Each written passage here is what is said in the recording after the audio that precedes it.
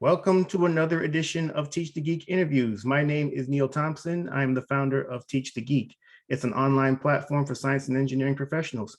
You can learn more about it at teachthegeek.com. Again, that's teachthegeek.com. Today, my guest is Andrea Martin. She founded Andrea Martin Consulting to help people advance in their careers. She's also host of the Career Confessions podcast. I follow her on LinkedIn, and after commenting on one of her posts, she said that it'd be cool for us to have a conversation on a podcast. And I took that to mean, Neil, invite me to be a guest on your podcast. So I took the hint and invited her. And here we are now. Welcome to the Teach the Geek interviews, Andrea. Thank you so much. I always enjoy your comments and your perspective. So it's always very fun to see your name pop up. Excellent. So from the bit of research I did on you, I saw that your background is in chemical engineering. So what was the motivation to get that degree?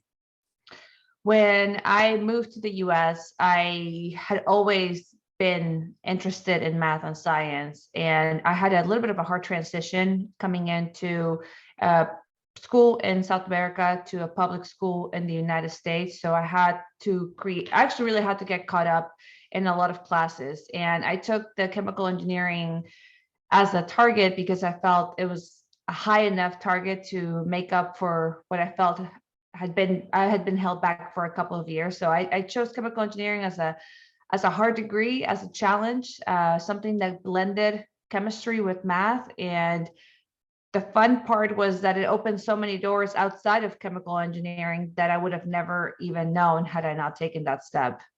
Okay. Well, you obviously got caught up because you didn't just stop with a degree in chemical engineering. You got your MBA as well. What was the motivation to get that degree?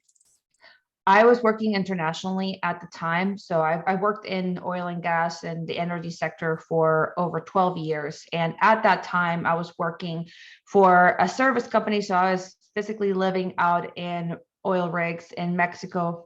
I had done Abu Dhabi, Brazil, but at that time I was in Mexico. And I wanted to be the person leading the strategy, not just the execution. So I wanted to be on the other side of the table with the client. And I felt an MBA would be a good bridge to that part of that conversation. I found the University of Oklahoma had a master's in business with concentration in energy and finance. And that fit my story at the time. So I came back to the United States, and that's how I landed in Oklahoma. A lot of people ask me all the time, how'd you go from living all over to Oklahoma out of all places? And it was thanks to the University of Oklahoma. Nice. So you got a degree in chemical engineering. I'm sure you mentioned you worked for some time and then you got an MBA. If in between, we'll take it in both steps. Once you graduated from chemical engineering to before you got your MBA, was the working world what you expected? And then did it change? Did that change at all after you got your MBA? When I was graduating from chemical engineering, I realized my plan from day one was I was going to go work in a pharmaceutical company. That was what I had envisioned. Probably can't tell you why, but I felt that was what I was being called to do until I was walking around the job fair talking to different companies. And one of them pretty much said, we look for engineers. We don't necessarily care what type of engineering background you are, but if you have got an engineering degree, you can learn what we do here. And it was very enticing because this recruiter specifically said that the job they were searching for got to work in the field. They were radioactive sources, you armed explosives on location. And I was really attracted to the idea of being in a very challenging environment. I would have never expected to be living on pickup trucks and oil rigs out of college. But I did that for almost 4 years. And the amount of stuff you learn by almost, I was in the middle of the jungle for a while, being in the middle of the jungle, running highly technical jobs, running crews. I would have never gotten to learn what I did had I not been in that exposure, but I would have never thought of doing that really from day one. So that was kind of put it in my path and I took it. When I decided it was time to go back to school and I wanted to get my MBA, I wanted to change the pace of my work schedule. I had done the field, I enjoyed it, but there's only so many nights you can sleep in a pickup truck before you're wanting to go back home. And I remember thinking, I would like to just be able to take a shower in my own house every night and go and sleep in my own bed. And that's why I decided to reroute and go back into go to business school and start stepping into more of the strategy side, which that was more what I was, then became an office job, which is what I think originally probably aimed for. Okay. Yeah, I can't imagine having to sleep inside sleep on in a pickup truck every night.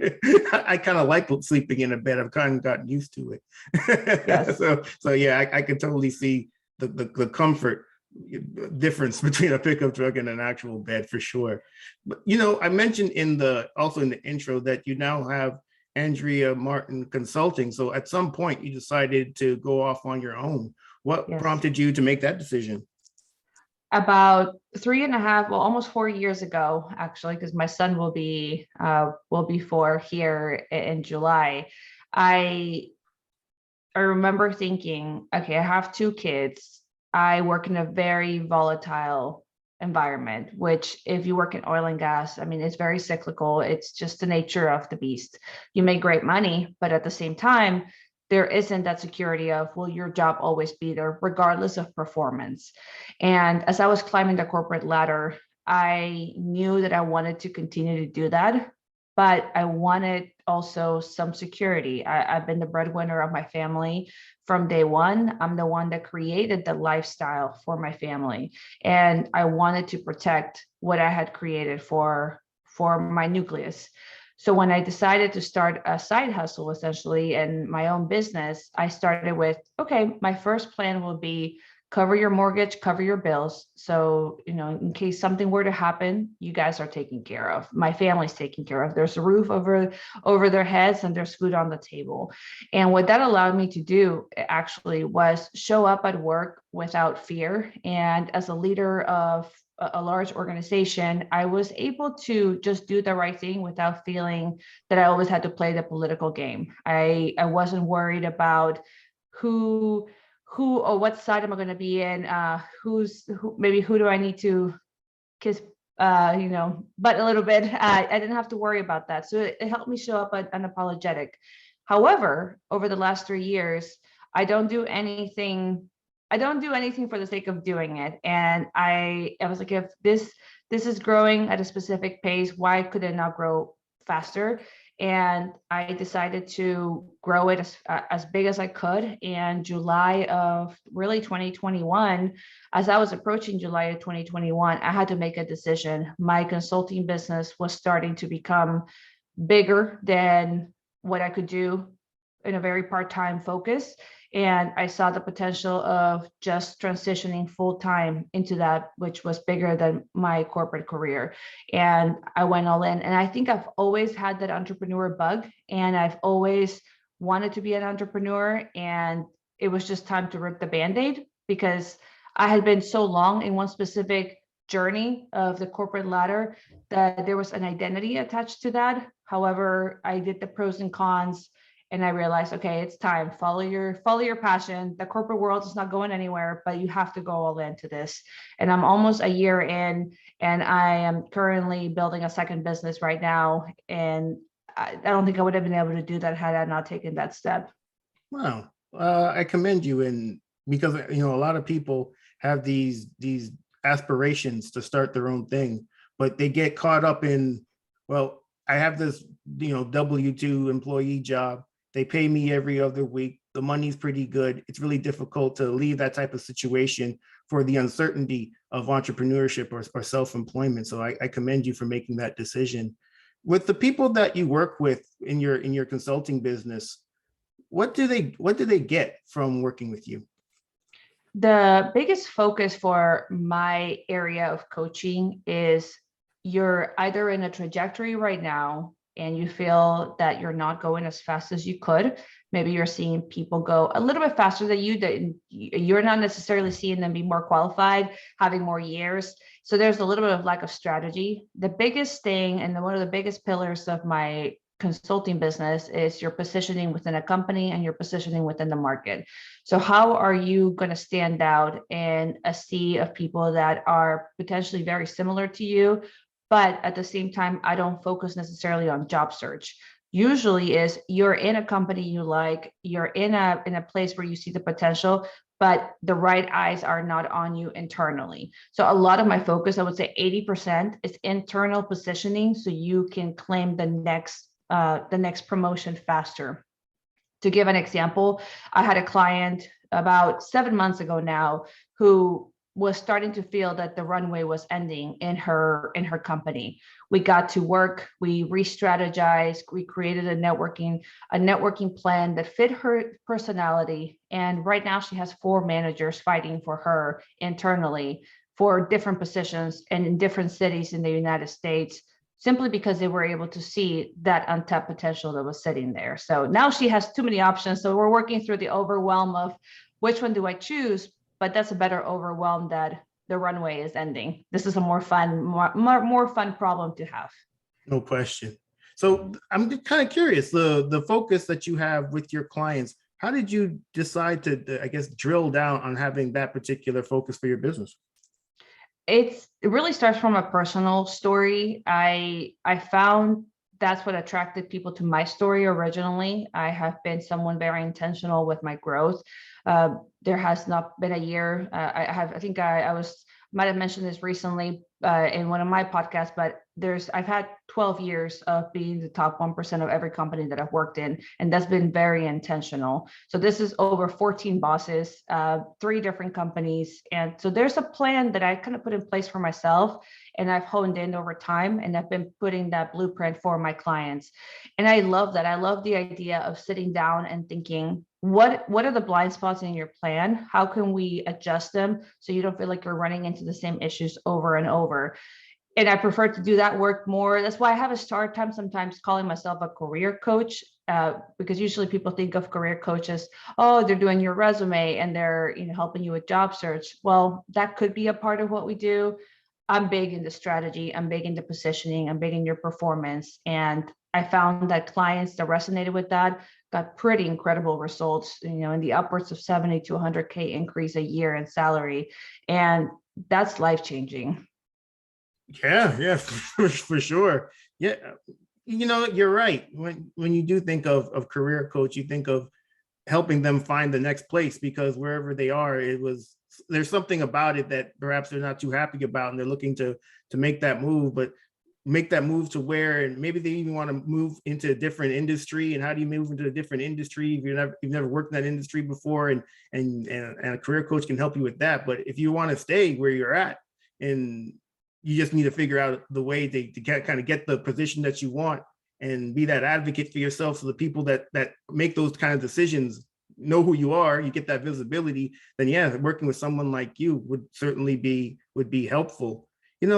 Andrea, the whole purpose of this podcast, when I first put it together, this YouTube channel, it was to help people like myself, because I struggled giving presentations in front of people. I struggled being that advocate for myself. And I saw the benefit of it, because as you so aptly mentioned, there could very well be people that are less qualified than you, but because they are better at just advocating for themselves and just being visible, and the decision makers know their name, they get those promotions, they get those pay raises that you think you deserve. But because you're that like geeky engineer that thinks that I could just do my work and people will notice. Well, no, they won't notice. And looking back on it, it's kind of foolish that I thought that they would, because other people, they got their own concerns that they're thinking about. You're not top of mind to them. Why would you think you are? It's actually kind of arrogant to think that way. I mean, at least when I think about it, you have to be the one to bring yourself to their attention, to think, okay, well, maybe this person should be the one that takes on that role. You can't just rely on just your work. But I guess one of the avenues to become that advocate for yourself is you have to become comfortable talking in front of other people. And that's something that I certainly had to work on, but I eventually did see the benefit of it. Out of curiosity, with your own life, when did you see the benefit of getting better at presenting or speaking in front of others? There's so many instances that I can think of. And to one of the great points that you made, I always say college did us a little bit of a disservice because they give you a syllabus, right, for every semester. So you know exactly what to do in order to get the A. There is no hidden code that you have to unlock to get the A. And then you go into the corporate world and there is no syllabus, there is no checklist. Doing the work doesn't necessarily result in the A every single time. You might have to be showing the exam to everyone around you and showing how you did it and why you did it a specific way. When it came to public speaking, having moved to the United States and as a teenager, my accent was always something I was very self-conscious about. And I found myself being more reserved with using my voice because one, it was gut wrenching when someone asked me to repeat myself. I felt that I said something wrong, or if I repeat myself and they still don't understand me, well, I have to repeat myself again. And especially as you're growing up and that's already something that you feel more sensitive towards, that just kind of puts all the nerves go into hyperdrive, and then you can feel your face getting really red. One of the things that really helped me was what does my voice mean, and how can I utilize it to send my message? And instead of focusing of, yes, you have an accent, or yes, sometimes when you get really nervous, that accent might really, appear as if I just came from Peru yesterday. But what does that voice mean? And I felt that my voice was my superpower. It was the avenue for me to create a bridge into solutions that I was bringing forward, ideas that I had. And once I just rewrote for me what it meant, it let go of the necessity of being perfect every time.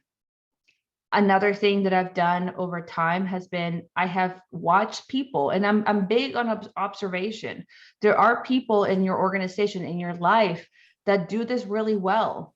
Why do you feel that they do it really well? What skills are they bringing to the table, and how can you, instead of looking at them and saying good for them, think, oh, that's something I would love to bring into my toolbox as well. And Toastmasters was a great tool for me. I did Toastmasters for several years. I found them to be extremely helpful. And I love the idea of just putting myself out there. If you go back and look at some of my first Instagram lives, I don't anymore because sometimes it's a little bit, I do when I want to humble myself and look at the growth that I've had. But even some of the trainings that I did 3 years ago, when I'm going through my archive, I'm like, wow, I would not be able to speak the way I do now had I not had those moments, and just allowing messy action to take place. Because you will get better if you allow messy. Messy will be part of the journey, but you got to put yourself out there. No question. Absolutely. And, for what it's worth, my first few podcast interviews weren't all that great either. And English is the only language I got. So I mean, what's my excuse? People ask me to repeat myself. It's just, hey man, I messed up. I'm sorry. English is That's it. Awesome. So for the presentations that you do now, do you have a process for putting them together? And if so, what is it? I am a big fan of over preparing, and I love to have the structure of my slides first. Right now, my presentations look a little bit differently maybe than they did in a year ago in my corporate job. So my corporate job, most of my presentations were either to the board of directors or perhaps to an external organization. And probably one of the last presentations I did was to add maybe a little bit more nerves to the new board of directors that had just come in place. And essentially we were going to educate on what the organization did, why, and how we were going to take it to the next level. The biggest thing always, number one, is think of the audience. What is the right level of detail that makes sense for the audience? The right level of detail that I might bring to another group of engineers versus the board of directors is going to look very different. And being able to foresee where are going to be the areas that might derail the message away from the purpose of the meeting. And one of the things that I've learned, especially as you get higher up, is derailing into one area because perhaps that one person has a finance background, being mindful of who you have in front of you. okay, I know maybe Neil is going to want to ask me a question on this one specific slide. How can I be sure that I answer that question without it being a full on 20 minutes sidebar that perhaps wasn't the best use of our time? So being able to understand your audience, number one, the right level of detail, number two, and then three, what is the overall purpose of your presentation? It's not for them to hear you for 20 minutes. I know that that might sound fun, but really at the end of the day, what is the message that they need to get away with? And it's not more slides, it might mean less slides, and starting with a very concise end goal in mind. If you can do those three things, you will remove a lot of noise. I have learned and I've seen, especially younger engineers, get really flustered when perhaps the next slide had that answer and now they're stuck in one, having to derail and say, oh, we'll get there. Be ready to answer the questions that are going to be ready to have a mini script on. That's a great question. That's actually being answered in the next slide. If here in the next 2 seconds, I'll answer it. Have some scripts ready to go. That way you don't feel flustered in the moment to come up with the words, and have a script ready to go for what are you going to say when you don't know the answer. So kind of have your backup plan in place and always follow up. If you didn't know the answer, you better follow up by the end of the day with the answer, especially if you have high stakeholders present. No question. Yeah, I was at an event yesterday, and there were two presentations. And after watching, watching both of the presentations, it made me realize how important my platform of Teach the Geek is. So it was some of the most boring presentations I've ever sat through in quite some time, and that's saying a lot. It's the first one was just, there was a whole lot of, it reminded me when I first started giving presentations and how crappy they were, because what I ended up doing was I put a lot of stuff on slides and I'd read them. And that's essentially what this person did. And it's very difficult to engage an audience when you're reading the slides. At least the second guy, he was a little better. That first person, he also went over time. So the whole agenda got thrown out of whack. I think that's something a lot of people don't take into account when they're giving presentations, is going over, and the effect that has on the entire event. It's just, it made me think, I'm not a unicorn because Teach the Geek started because of my own struggles, and I noticed that other people had those struggles too, and that became even more apparent yesterday. So I'm gonna keep going on with this Teach the Geek stuff, because I think there's certainly a need there. When it comes to, I guess, dealing with nerves, do you ever get nervous before you give a presentation? And if so, how do you deal with those nerves? Always. I always have those nerves, and I enjoy them, because the moment that I don't feel those nerves, I wonder, if I don't feel those nerves, is this not something that's really going to stretch me outside my comfort zone? And there's always a good sign when you feel those nerves. It's to me, it means that I'm doing something that I'm going to learn from here in the next probably 20, 30 minutes. And you made an excellent point. And because I really want to stress on something you said, which, if you go over time, you're assuming that people will give you the time. And a lot of the times you might be networking, and it might not be a presentation to a board of directors, but you might have only 15 minutes with a senior executive, and their schedule is blocked most likely every 15 minutes. So if your message is not wrapped up by 15 minutes, you've missed an opportunity. So don't assume people will give you the time. I think that's the biggest thing that I would love for everyone to remember is, you have 20 minutes, and if someone else ate up 5 minutes of yours and now you have 15, can you still deliver your message in 15 minutes? Practice, if you have to, practice speeding up, cutting certain pieces, or practice filling in maybe an additional 5 minutes because someone else didn't fill them in. But just be ready for both sides. And the nerves are very, very common, but at the same time, practice. And I say this, and it sounds simple, but it's so easy to not practice. I have clients that are going for high stake presentations, and I go, send me a recording of the presentation before you do it. Oh, well, I've kind of already gone through it. No, I want start to finish multiple times.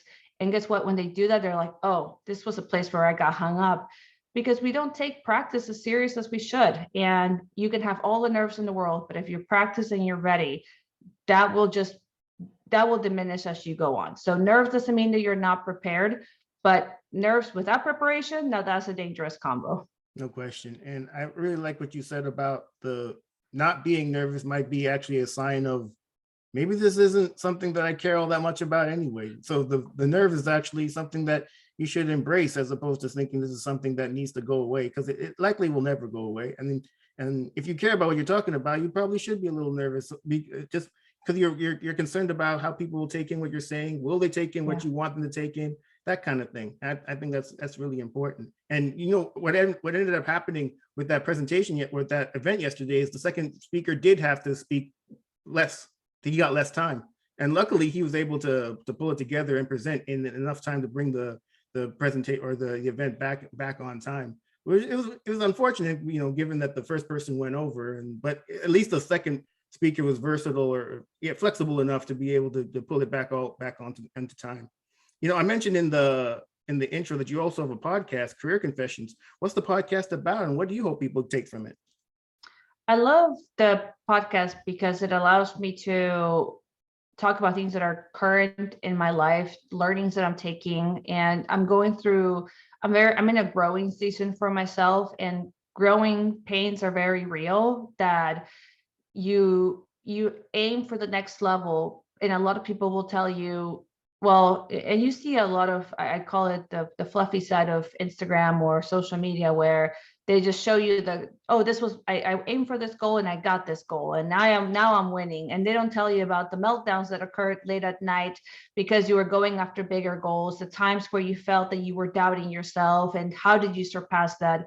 So there's a lot of mindset checks along the way, and sharing real, like the realness of, hey, I'm a mom of two very small kids. I'm running two businesses. I still have aspirations. I have a partner that, I like to spend time with, on top of everything else that we have to do. And I just like to keep it real. So I'm big on sharing the pains as well as the gains, and how I personally move past those pain points too. So that's important to me. So a lot of realness. That's my goal. Okay, I think you're right about social media and how people like to promote all the benefits. I got that. It's just like you said, I had this goal and I achieved the goal, but what happened in between having the goal and actually achieving the goal? Were there a bunch of Yes. failures on the way of achieving that goal? Did the goal change because of those failures? All these different questions that perhaps people have, but you're not answering them. You're just giving all the fluffy stuff. Damn liars. I know. Like, it gets in there, like I went from 0 to 50K months, I'm like, okay, well, how many 0 months did you have before you got to 50K months? Like, are you talking about that? Like, it's just like, yeah, that sounds really nice. 0 to 50K. Oh, I was at 0 for 5 years before I got to that, you never know. Oh man, sometimes you'll hear you got the 50K months, but you spent, 60K in ads to get to the 50K month. So, you're talking about profit, you're talking about revenue. It's like, oh man. That's real right there. That's so true. So this has been great talking to you, Andrea. Thank you so much for being a guest. How can people get in touch with you? I love hanging out on LinkedIn. I think it's become my favorite platform. So I'm at linkedin.com/Andrea Martin MBA. I'm also on Instagram. I answer DMs all the time. So just, send me a note if you got a learning or a takeaway. I always like to challenge everyone to have a takeaway of everything that you do. I mean, you listen to things, you're starting to grow. What is the one thing that you want to take from every episode that Neil does? Start maybe putting that into action, but always love to hear any feedback from the audience. Excellent. Well, everyone, that marks the end of another edition of Teach the Geek interviews. My name is Neil Thompson, founder of Teach the Geek. It's an online platform for science and engineering professionals. And you can find out more about it at teachthegeek.com. Again, that's teachthegeek.com. And until next time, take care and stay safe. Thanks, Andrea. Thank you.